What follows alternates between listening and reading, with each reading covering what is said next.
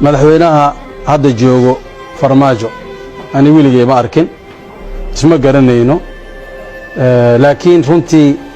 intii madaxweyne oo wadanka xil ka qabtay waa qofka oo qalbigaygu u raacsan yahay hal sababaan ku raacay abaalka khaas oo sameeyay ma jirto arimaha caam oo Soomaaliya uu sameeyay waxa weeyaan Soomaalidana ka warqabto anaku hadaynu nahay ahlul quraan hadaynu nahay dadkii quraanka Ilaahay u dhawaa oo quraanka akhrina Ilaahay quraanka siiyay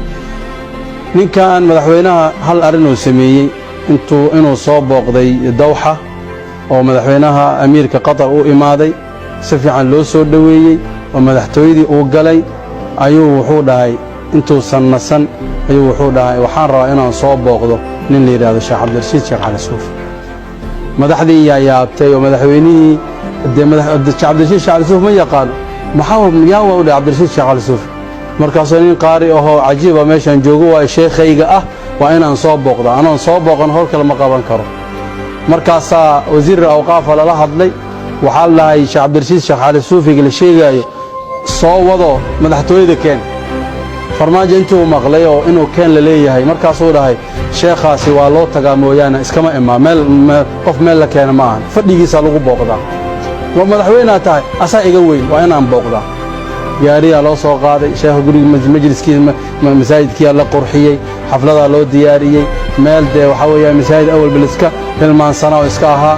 oo dawladii waxa ciriiri bay ku noqotay arintii laakiin madaxweynuhu wuxuu ku adkaystay inuu soo booqdo ninkan lahayo Sheekh Cabdirashiid Sheekh Cali Suufi oo waalidkayga ah abaal badan igu la maanta sharaftii wanaaga aan umada la hor fadhiyana sababtii u horeysay igaarsiye ah Allah yaxfaduhu wa yaraahu ayna ma kan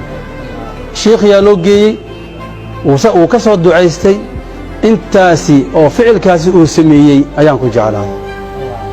wax kale oo dhaxmara dhaxdeena ani asaga ma jiraan ila yoomina hada wax taas iga weyn ma jirin arinta kale aan ku xusuusta ugu duceena waxa weeyaan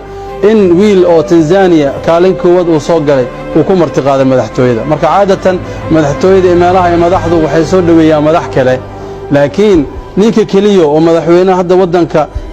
inta xil qabtay oo soo xasuustay maqaamka culimada Sheekh Cabdirashiid inuu ila tukado xaqiiqahan hadaan idin warramo maanta dawladda Qatar oo dhan baa isla dhacday isku dhacday wasiir khaarijiye iyo wasiir awqaafkii anagana xukumay iyo wixii oo dhan waxa la yiri madaxweynihii baa doonayay inuu adiga kula tukado masaajidda waa weyn baa jira halkan ma garatay laakiin waxa la masaajidka ugu doortay baa la yiri marka